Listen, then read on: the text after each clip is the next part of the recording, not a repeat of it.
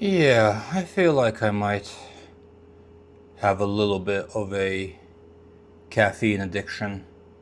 And I mean, I'm not gonna consume all of this during like 1 or 2 days, but a few weeks is actually fairly realistic. I'm probably gonna consume this in a couple of weeks. Yeah, so that's not a great thing, because I feel like at this point I could probably run purely on caffeine, which might be a bad idea, but maybe something to try. I'm gonna have a very little amount of calories that way. But yeah, no, I drink a lot of caffeine during the day. And I mean, okay, I also over exaggerated a little bit, but for normal human standards, it's still a lot. Because the amount of caffeine that I would drink per day is most probably like 700 milligrams. Because I do drink like 2 energy drinks during the day. So one in the morning and one before I go to the gym. Then if I don't go to the gym, I only drink one energy drink per day. But on top of that, I do slam quite a lot of coffee. So like it would be at least like 2 to 3 to maybe sometimes when at work, like 4 cups of coffee a day. So it does obviously add up, but it's also not like I drink like fucking 5 energy drinks every single day. It's just like the coffee. Yeah, I do drink a lot of coffee, but it's fine. It's not that bad. I've been in worse situations. I feel like the most amount of caffeine I've ever consumed is like 3 energy drinks per day and then coffee. Because I feel like the really bad thing you can drink is like the energy drink part.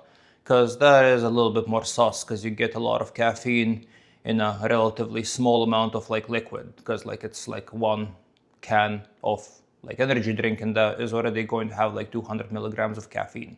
So like when you drink coffees, like it's not as easy and not as straightforward, and you are going to be like better off just drinking pure actual coffee. But yeah, other than that, like a lot of caffeine. And also on top of that, another thing that I'm recently starting to notice is I am no longer interested in sex. Like I do not want to like meet women. I don't want to do anything. And that is a fairly odd thing for me actually, because like normally I'm very active with these kind of things and I'm a little bit of a addict when it comes to like hooking up with women. But as I get older, that urge has diminished a little bit. So that's like the first thing.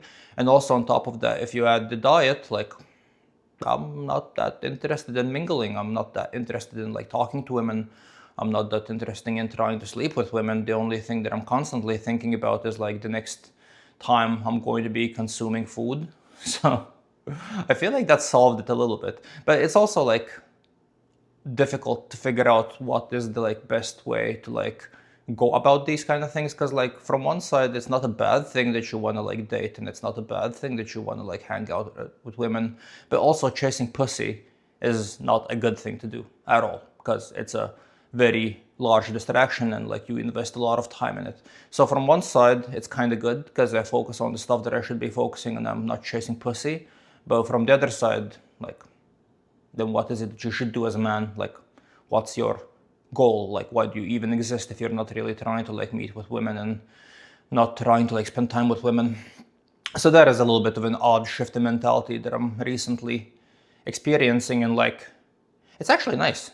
It's peaceful and like it's productive because like you focus on the stuff that you should be focusing on. It's just like a little bit of a like vacuum when it comes to like interests, because like normally like everything that I do would be based around like trying to get with women, and now when that part isn't really that existent, because like when you're at this part of the diet you don't really want sex, and then also you don't really want to talk to people all that much, it becomes a little bit odd. So like you don't really know what is it that you should be doing with your time. But I wouldn't say that it is a bad thing. I actually feel like it's a very peaceful thing. I feel like I'm quite at peace when I'm not chasing women. I hope that the next step is not me starting to chase men. I hope that's not where it's eventually going to evolve in. But yeah, I mean, like so far so good. So far, I'm actually quite at peace. I'm actually in a fairly good place, I feel like. Okay, anyways, the plan for today is finally having a completely chill rest day, so no jogging today, no nothing. It's actually also quite windy and rainy outside, which is like the perfect day for you to be at home. So yeah, I'm just gonna be chilling at home, cooking, need to prepare some food for like tomorrow, because tomorrow I have to get back into the office and once again start going to the gym. So today is just going to be like a nice peaceful day at home where I'm not going to be doing all that much. So I'll talk to you guys in a few hours, so see you guys then. I feel like having the right tools when you're dieting helps significantly, because when you're already hungry and grumpy and the only thing you can think about is consuming food, convenience matters a lot. So like making everything easy and very available does help a lot. And I recently bought this new air fryer that is significantly more expensive than the previous one that I had. So it's this little thing. And it also comes with like 2 glass containers that you just take this thing and put it on top of the container, and that's basically it. And I feel like also the fact that it's glass also helps a little bit when it comes to the taste. So yeah, I mean, it does make a clear difference because the meat obviously is not as good as it would be if I would have pan fry it with oil, but like it actually gets closer than the previous air fryer did for sure.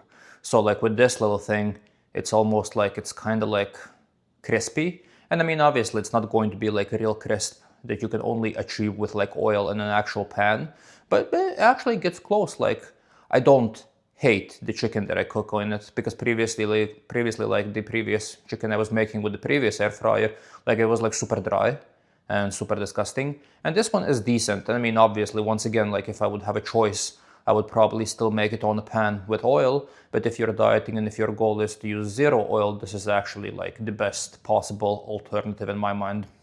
So yeah, it is quite important in my opinion to like whatever is it that you need, whatever is it that you're going to cook, and whatever is it that's going to take for you to like stick to your diet. I feel like it's worth getting these tools because now it's just like so simple and so convenient.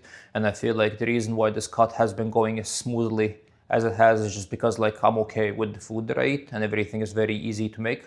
So I basically kind of have it like down to a system now where like preparing food takes like basically no effort. And yeah, this just like helps a lot and makes everything just like much more bearable and less annoying. Okay, so we are now approaching the day's end already. So like, I think it's like 4 p.m. now.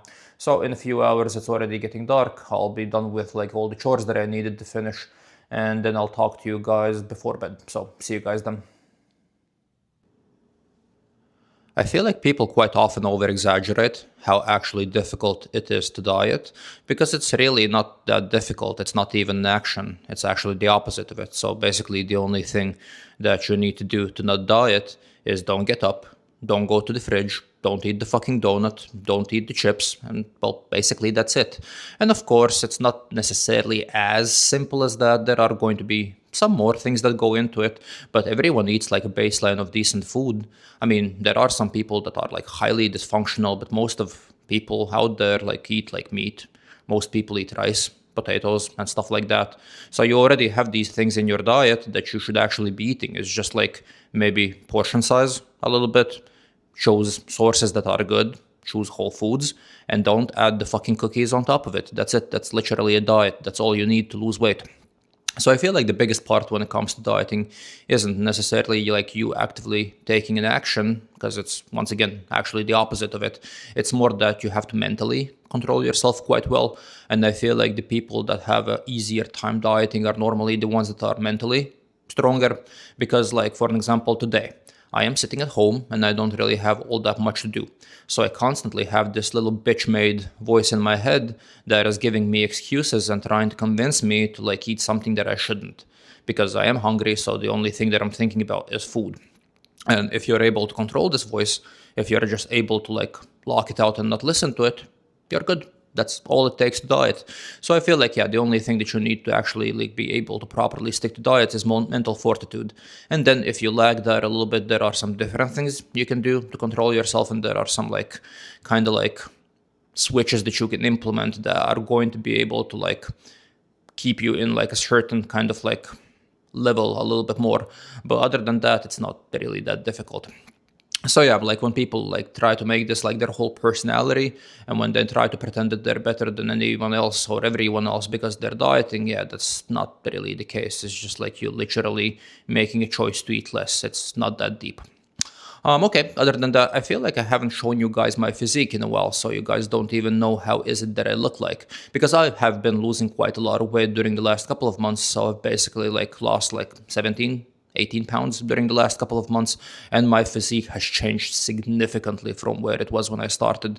Because I mean, I've been lifting weights for a long time, I'm always muscular and I never get like really fat, so I'm never like at the level where you would consider me fat. But well, I do get a little bit chubby when I'm bulking, so that is not necessarily the best sight to see. And it's also like a weird place to be in because I feel good when I'm bulking and I look bigger. So supposedly like people perceive me as being more muscular when I'm clothed, but then when you take off your clothes, you just like look like shit. So it's actually quite cool to see now how I'm looking when I'm getting a little bit more shredded. So anyways, let's do the physique update, shall we?